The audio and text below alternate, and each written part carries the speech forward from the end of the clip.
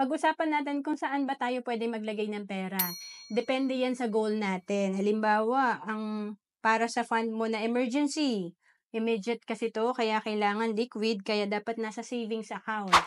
Paano naman home repair? Short term ito, liquid dapat, kaya dapat nasa bond fund or conservative na mutual fund. Education, syempre medium term, kailangan natin ng growth and liquidity.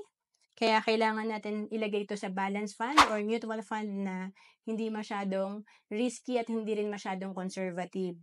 Retirement, syempre long term pa to. Kailangan natin ng high growth, kaya pwede natin to ilagay sa equity fund or high risk na investment pero high return or stocks. Kailangan din natin ng protection, syempre long term din. Ito yung dapat guarantee and pwede natin itong ilagay sa mga insurance or HMO. And kung naghahanap ka kung saan ka pwede mag-start, pwede kang magsimula sa level 1 investing. Ito yung Kaiser na 3-in-1 na. 3 na yung meron ka.